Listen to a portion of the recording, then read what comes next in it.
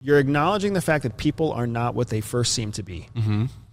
So if I talk to you and you appear very smart, chances are when anybody talks to you, you probably appear very smart.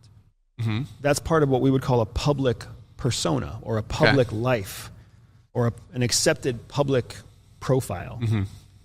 Well, the tricky thing to understand, the framework that you're looking for is that what you present to the public, what all of us present to the public, is not who we really are.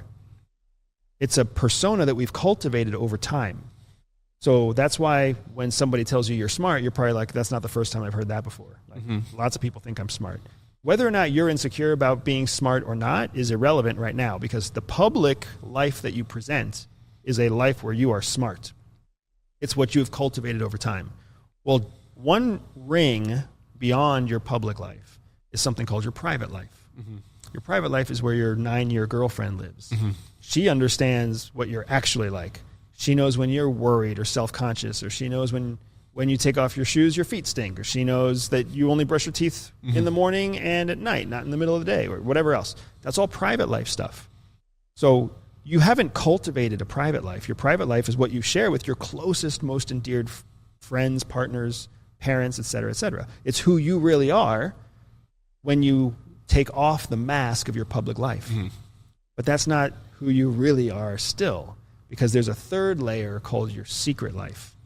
Your secret life is where all those insecurities hide, where those feelings of guilt hide, shame, all that, everything that you've ever been too embarrassed to even tell your partner. Because you're like, I know she's been my girlfriend for 9 years, but if I tell her this secret, she's going to leave me. That stuff lies and hiding in your secret life. And we all have a secret life. We all have things that we are so ashamed of, so embarrassed with, we've kept them so secret for so long that we don't want to tell them to anybody. The framework that we learn is that you have to find a way to work through the public life into the private life, and then find your entry point into the secret life.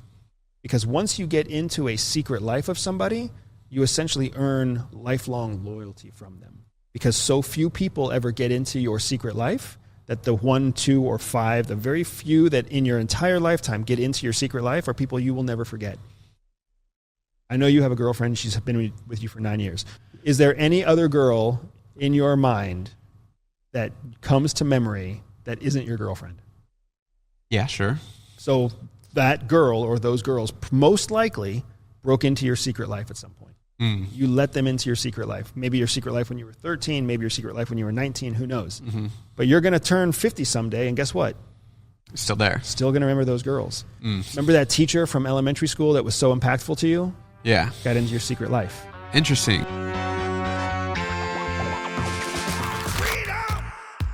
So fresh on me. Freedom.